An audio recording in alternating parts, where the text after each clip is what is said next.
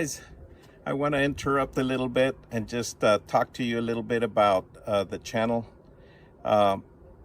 Listen, I know I see a lot of folks that watch the videos. It doesn't take but a second. Please subscribe to the channel so you can get my content, and it'll help me to get to a point where we can keep these things going.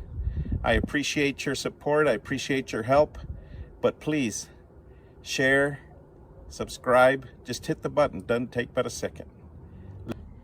So we'll see if this thing starts up.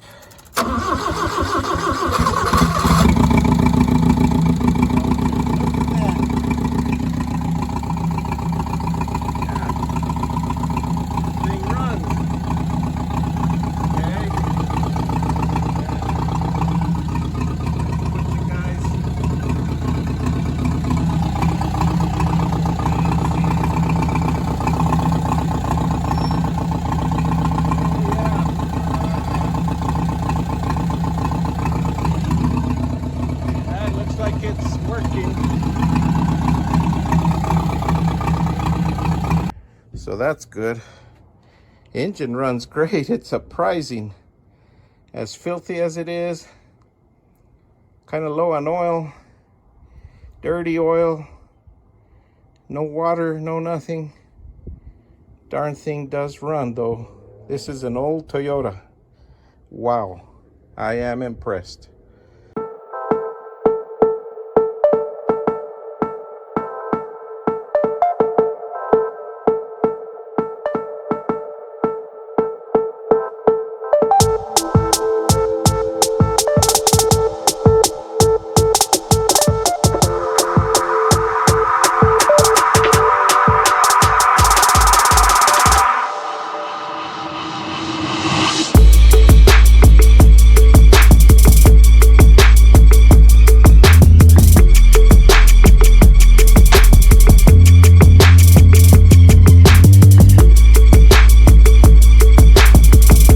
Wheel. So if we put it in neutral, these gears on the bottom should spin freely.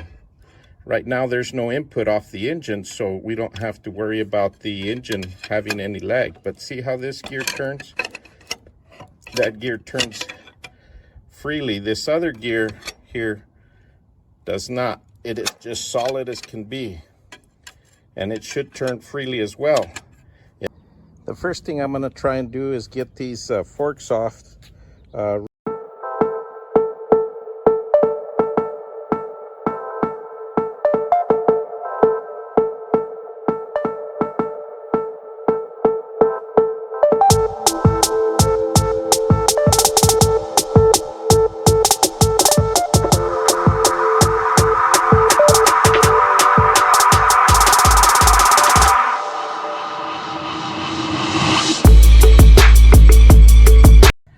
Well, folks, there's a new development. I had been looking at this from the top without the mast. I mean, with the mast on, I couldn't see this, and I couldn't crawl under here to see this. But I was trying to figure out how I could get this transmission out without having to pull the engine.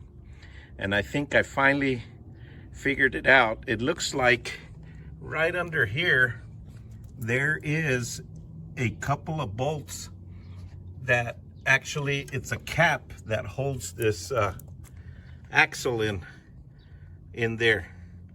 And so for me, I think instead of pulling the engine, I can just pull this differential out, and this will be a lot easier. So the job just got a lot easier.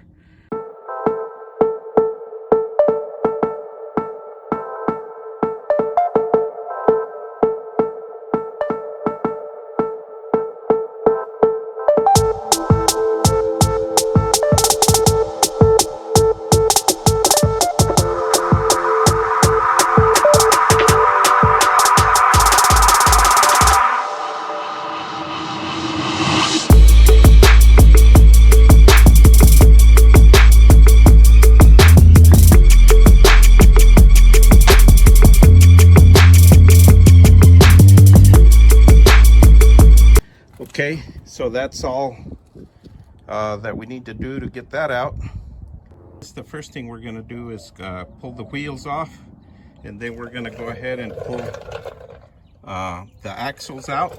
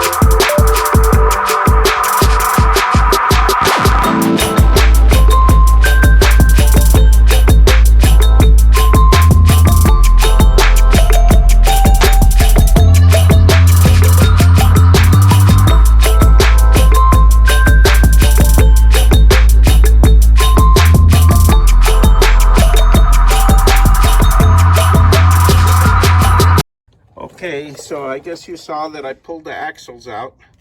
They got a little bit of rust in here where the races were sitting. That one had leaks. This one did not. The differential did not, and therefore that's what went bad. So let's continue on. Here's the shift fork. We'll just slide it out.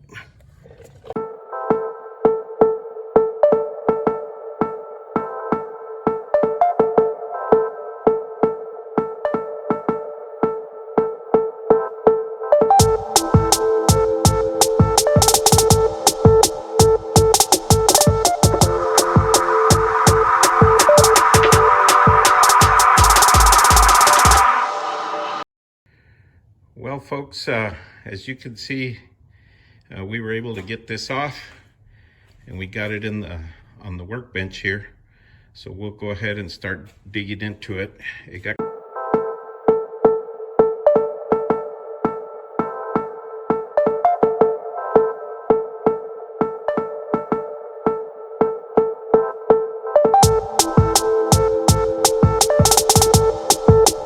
Well, there she is, folks. All the parts are out here. Finally got it torn apart. I got some good news and I got some bad news. The good news is there was no bearing that was bound up. What it is it's a sleeve, a bushing, and it got all rusted up in here. See, this is all rusted. But what happened is that the ear on this bushing broke off, and it allowed this gear to slide up this way and get jammed onto that gear. Yeah, there it is. See, here's the collar right down there in the bottom. That's what the problem was. This little collar broke off of that bushing. Then this is just this real nice shaft. So what we're gonna do is we're just gonna put the seals on it.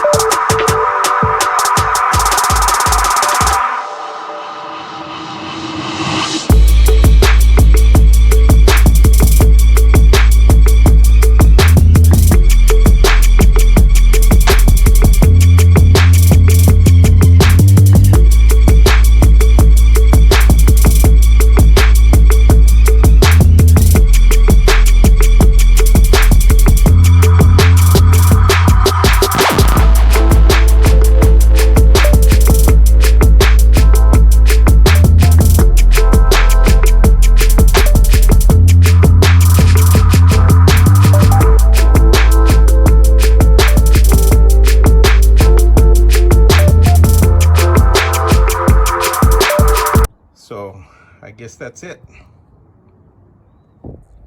This is the piece that I showed you that was broken and that I had made for this transmission. So if you need work done, Mesilla Industrial Machine in Las Cruces, New Mexico, were able to make this for me. I couldn't find a machine shop in El Paso or in the area so that could do it because of the hardness of this material. So they were able to do it. Hopefully it works out and we'll be able to get this thing back in there and working. So let's get with it.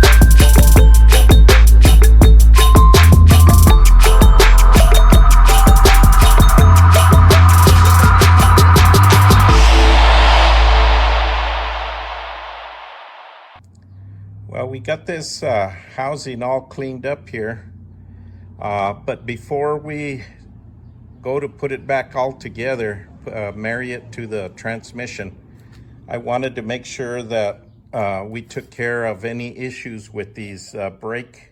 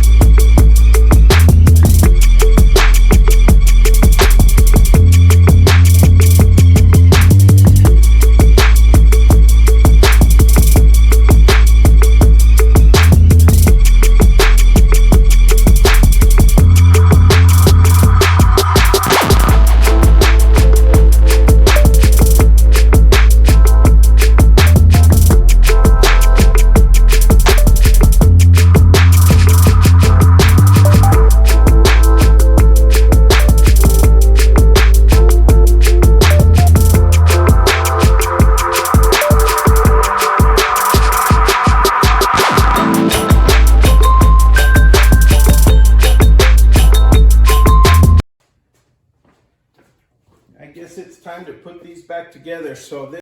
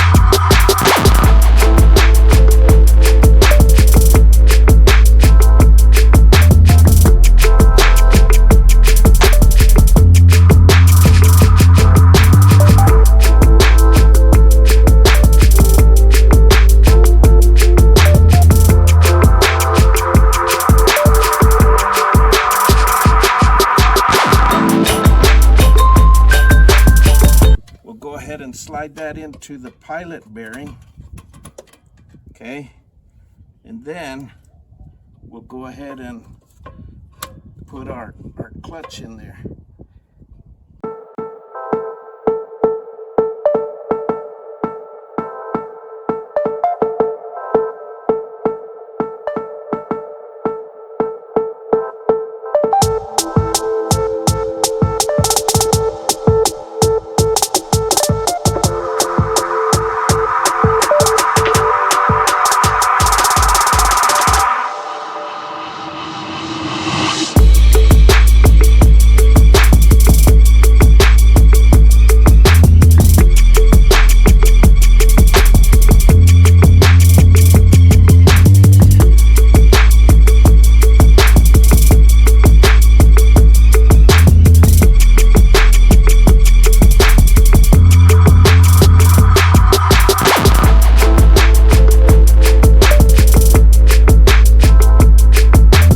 All tightened down the pressure plate.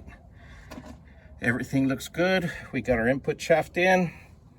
We got some RTV on this cover and the gasket, and we went ahead and put that on permanent. There we are, all full of gear oil. Now we can go ahead and put this top cover on there and gasket and seal this transmission up. So I got this gasket on there, and I got this top on there, and I got those tightened down. I decided to go ahead and put the master cylinder on.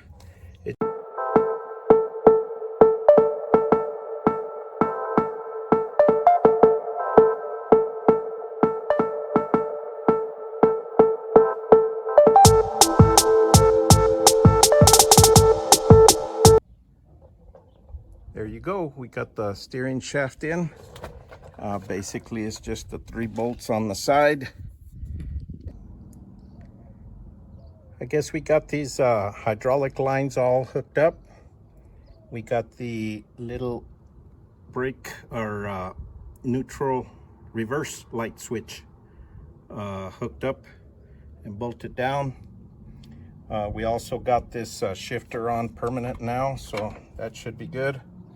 We went ahead and wired up all the stuff in here, which is really difficult to see now, but we got everything wired up.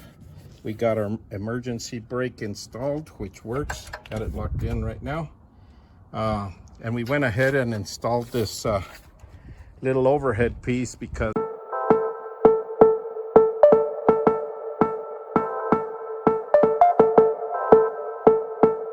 time we had everything going, but we had some hydraulic leaks.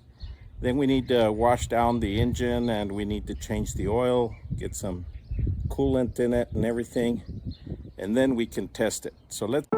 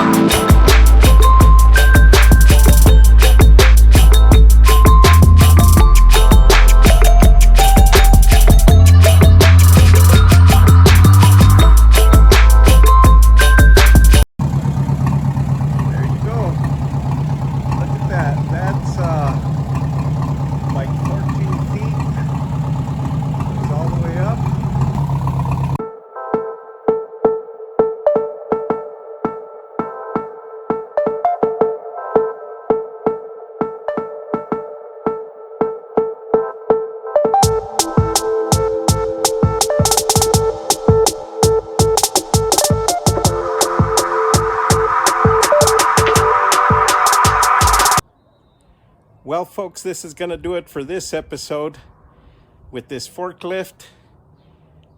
Please like, share, subscribe, and stay tuned for the next project. Welcome back to the channel. And today we're going to start on the new project. Well, it's actually an old project become new again. This Goldwing has not run for over 10 years. It's a Honda 92 Goldwing 1500 SC version. And the reason we put it away was because the master cylinder went out on it, and so there was no rear brakes. And then it needed rear brake pads. But we didn't have a motorcycle stand, so we couldn't really get underneath it to work on it and stuff. And it was just a real pain. So what we're gonna do though is we're gonna go ahead and try and get it running again, because now I'm sure it has other issues. The fuel sat in it for many years, so we're probably gonna have some fuel issues or whatever. So let's see if we can get it running first. And then once we get it running, then we'll know it's good to go ahead and fix the brakes so we can ride it again. So hang in there, let's get started.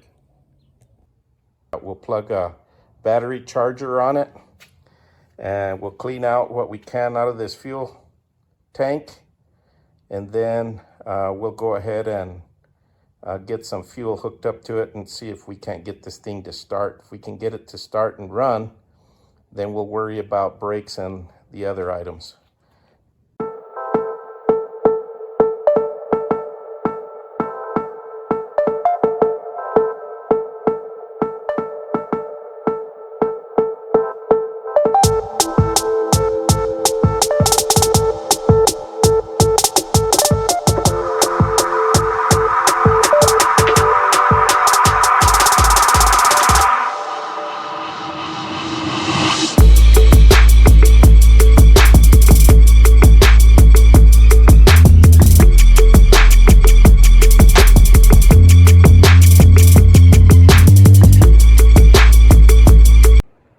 Well, we put some power to this fuel pump, tried to get it to spin over, and nothing doing.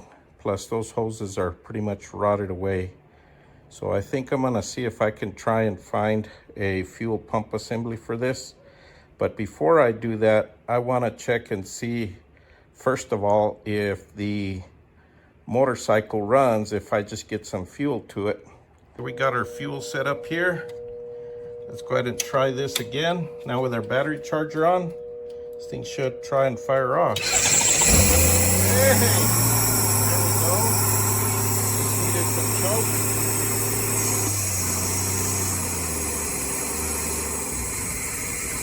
Wow, after 10 years of sitting, all it needed was some good fuel.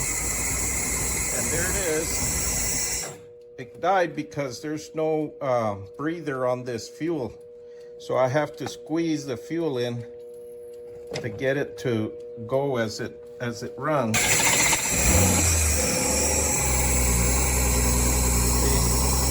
I squeeze the fuel can, it'll run, but it doesn't have a breather, so I gotta keep squeezing to keep fuel going.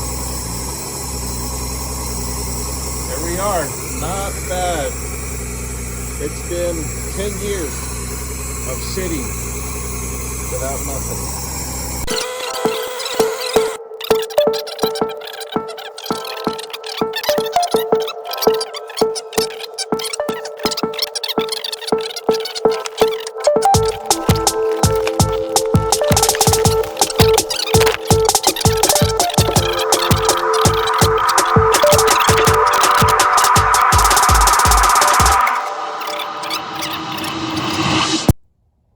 So we got our pump installed, our wires plugged in, our hose plugged in, we got our filter back in, and we already turned the key on. So we got fuel, but I had to hook up the battery charger. And let's see if it'll go.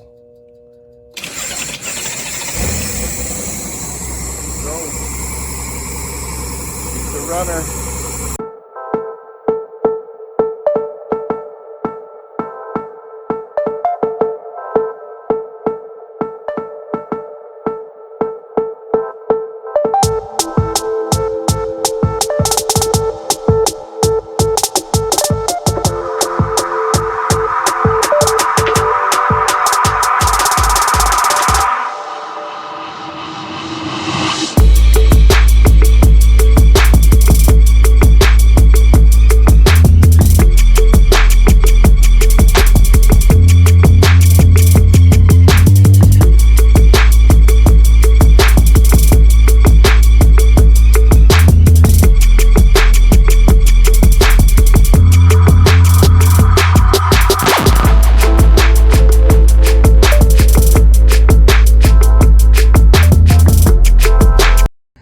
this forklift would come in handy for something, so I don't have to work sitting down.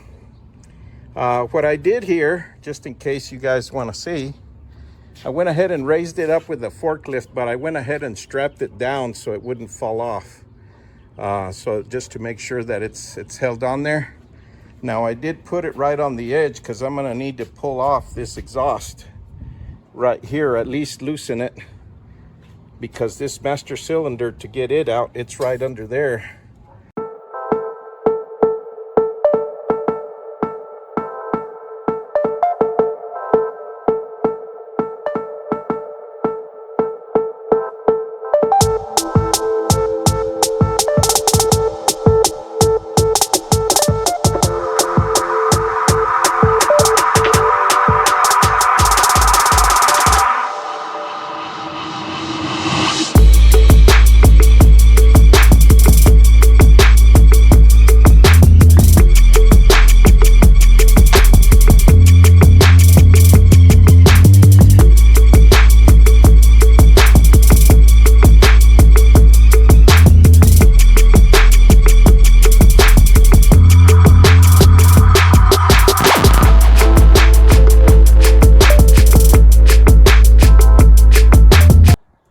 So we just had to loosen the exhaust and pull it down. We didn't really have to remove this bracket yet. At least I hope we don't have to. Just enough to drop that exhaust pipe in there where we could get back in there with a wrench. Then of course this just comes right out of there once you get that. Well, you can see what I had to use to get that line connected back up to the new master cylinder is it's one of those ratchet box end wrenches.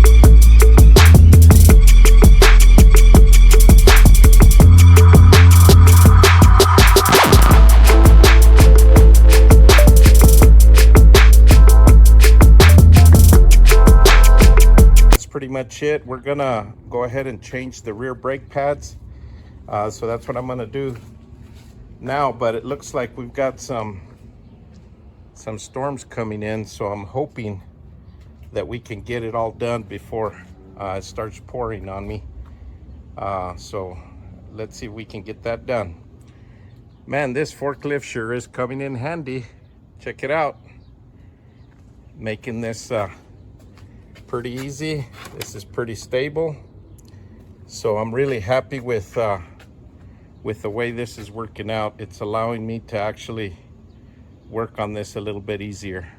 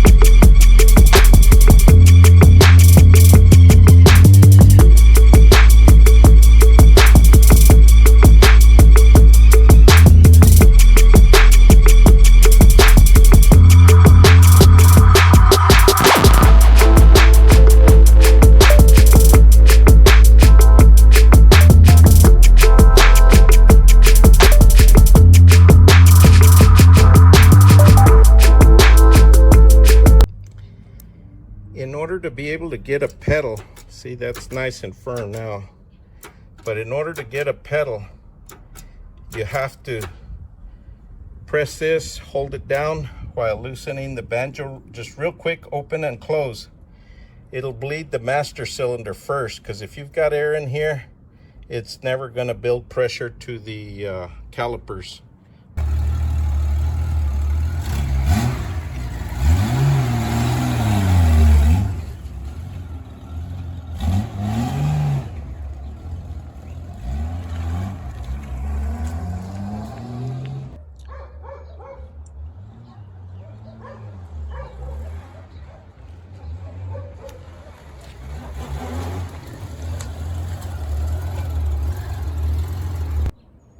Well, folks, that's going to do it for this episode.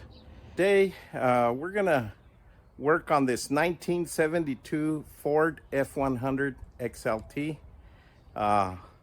It has beautiful body on it, no damage whatsoever, no rust.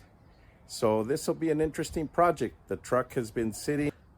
I bought it from an old used car lot that went out of business years ago.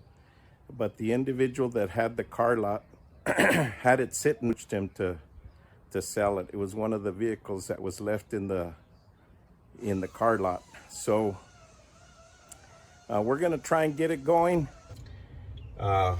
First things first, let's look at the oil. Ooh, it has oil and it looks clean.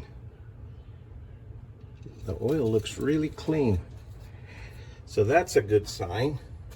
I don't see any milkshake or anything in the oil of the pan.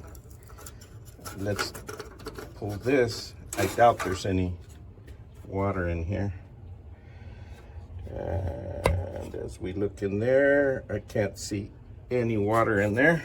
I don't know if you guys saw any. I didn't.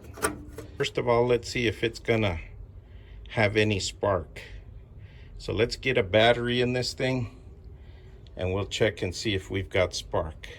So let's just crank it over for a bit before we decide to put some starting fluid in there, and just make sure we try and pick up some oil pressure.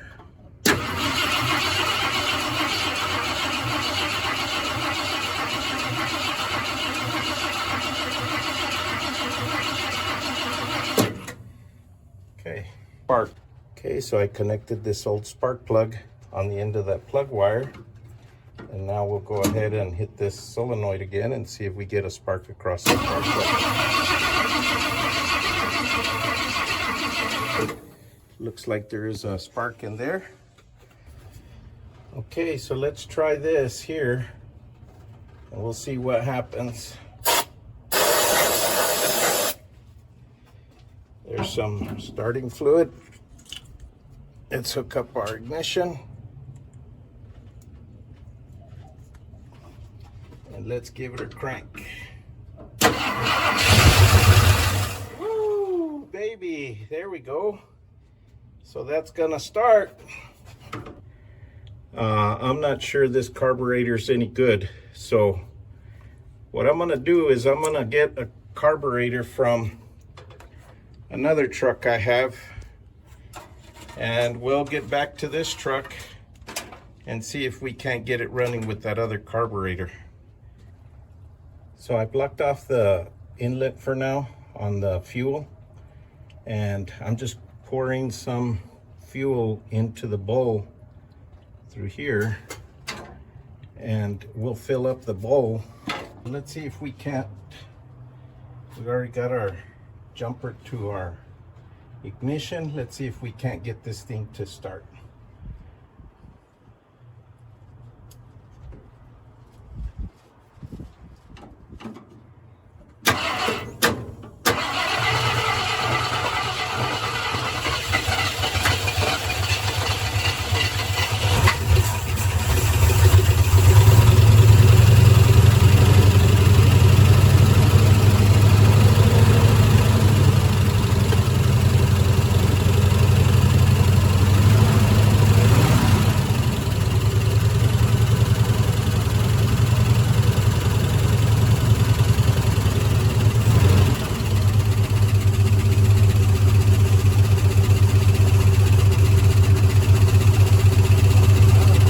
Anyway, it runs. Good deal. I went ahead and I spliced in a new piece of rubber hose in here for the fuel line. And I went ahead and connected the exhaust choke pull-off on the back side there.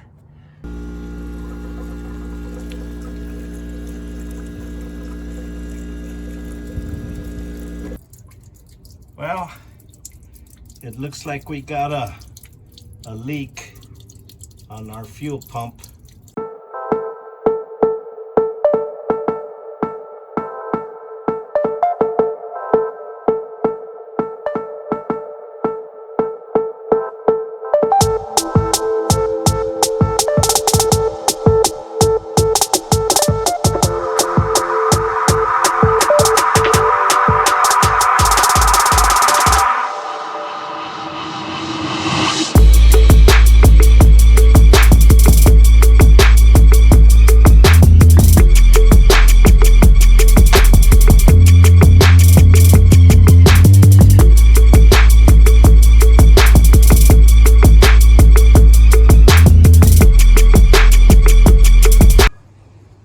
Okay, so we don't have any leaks on the fuel pump down there.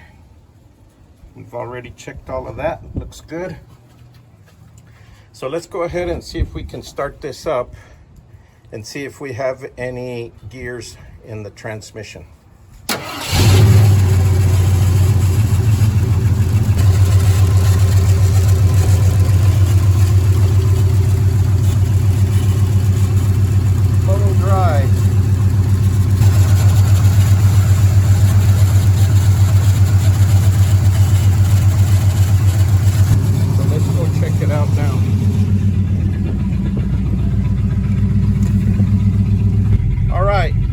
Some reverse now.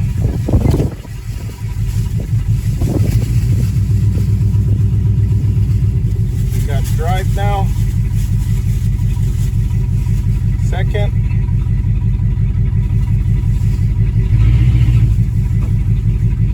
And low.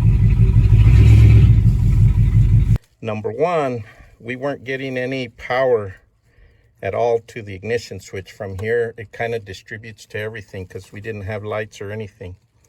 So the first thing I want to do is check the power coming into the ignition switch. So what we're going to do is use a simple tester, a test light. And so we'll just start poking around in here and see if we can't get anything to light up. Okay, so we got power coming to the switch. Okay, so that's the important one right there, the center one. It's supposed to have power to it. And then with the ignition turned on, it distributes the power to these others. So now we turn the switch on and we're getting power out of the switch. So that's for the accessory or the on position. So let's see if we turn this to the run position, we'll see if we're getting a light. While I hold the switch in the run position, as you can see, we are getting light there. So now we're losing that signal between here and the solenoid, the starter solenoid out there. Now there's a couple places that could be, and that is the neutral safety switch. This isn't. Okay, so I found this little connector. It's not plugged into anything and it seems to have the same color wire, which is the red with blue there, that goes to the ignition switch in the start condition, and there's the other red and blue wire.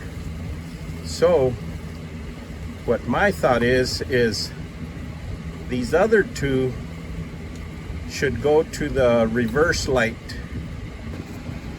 Okay, so we put this little jumper in there so we could also look at my test light here while we try and crank it. And let me see if it'll crank.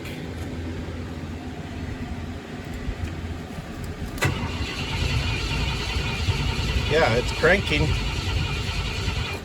but it's not starting. So, okay, so that's one of the problems taken care of. If we've got power to that brown wire, we should have power to this coil. So we'll just put our test light here, and there's light there. So we should have power. So we look at this thing, and apparently they had this disconnected when they were shooting some paint onto this engine. So this is probably a bad connection. So I'm gonna clean those two connectors up and see if that fixes my issue. Okay, I just took a little bit of emery paper, sanded those down, and we're gonna plug them back in and check it out. Now that we got that connector plugged in, we should have power right here, and we do. Now there she is, put all back together. So let's check it out and see if this sucker will.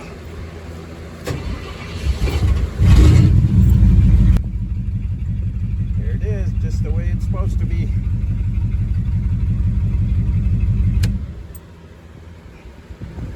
Well, let's move on to the next thing.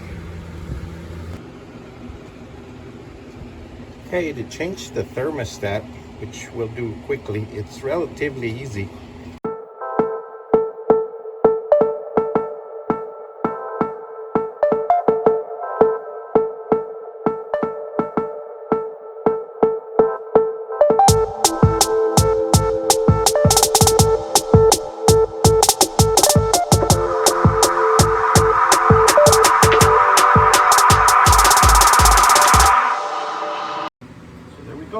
Thermostat changed. So now we can just add water and we'll be good to go. Well, let's get on to the next thing. So we got this truck up in the air and we're under here trying to diagnose the leak here.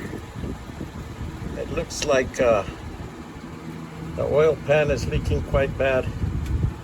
But also there's some seals right in here behind the shifter lever and the kick down. There's an O-ring inside there.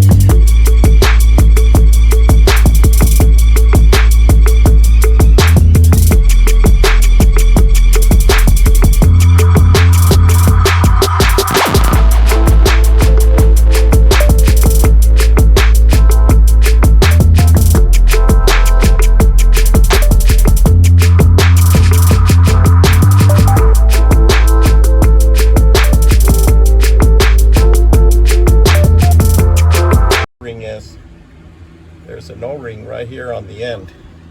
Let's see if we can push it out. There it is. See, we pushed it out right there. This little O-ring is the one that will cause you all that leakage. But that's not all. There's another seal behind that other shaft. This little O-ring is really stiff, really hard. So it needs a new one. Inside here, what you'll find is there's a nut on the back side of this other lever that you gotta loosen. Here, you gotta take it off to be able to pull that shaft out. Okay, so although it may look like you can't get a 3/4 inch, or this is, I'm sorry, 7/8 box end, you need the box end in there to be able to get that nut loose. So you have to work it around this other shaft, okay? You gotta work the wrench around this other shaft, just like that. And then you gotta work it around, get it in there to be able to get that nut loose.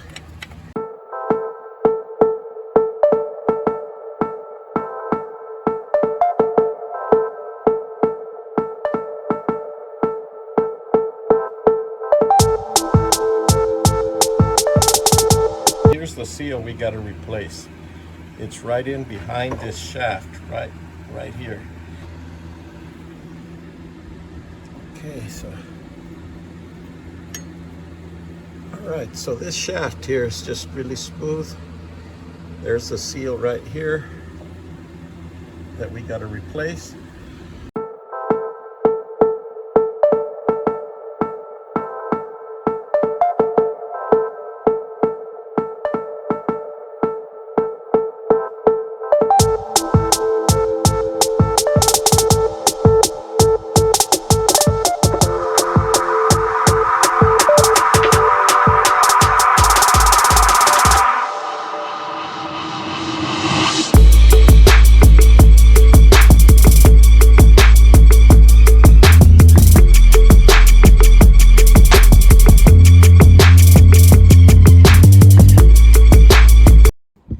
Well, we got some oil in this transmission, and as you can see, there's no more oil leaks. That is great. So the only thing left, let's take it for a ride. All right, we got second gear, third gear.